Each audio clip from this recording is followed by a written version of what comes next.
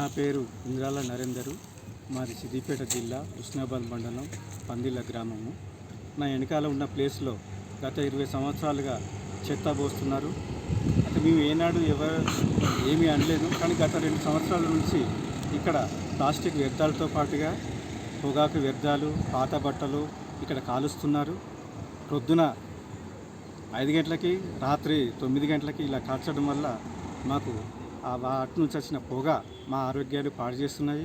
మా ఇళ్లలో చిన్నపిల్లలు ఉన్నారు, వృద్ధులు ఉన్నారు, అస్తమా పేషెంట్స్ ఉన్నారు. వాళ్ళందరికీ కూడా ఆరోగ్య సమస్యలు వస్తున్నాయి. అంతేకాకుండా ఇక్కడ పాడైపోయిన ఆహార పదార్థాలు వేయడం వల్ల ఇక్కడ కోతుల ఆవాసంగా మారిపోయింది. కాబట్టి ఇప్పటికైనా అధికారులు దీనిపై చర్య తీసుకొని ఇక్కడ నీట్గా ఉండేలా చూడాలని కోరుతున్నాను. చరిత్ర సృష్టించినోడు ఇప్పుడు ఆ చరిత్రని తిరగరాయబోతున్నాడు. అబద్ధాల గోడల్ని బద్దలు కొట్టి నిజాలను రాగా మీ ముందుంచబోతున్నాడు.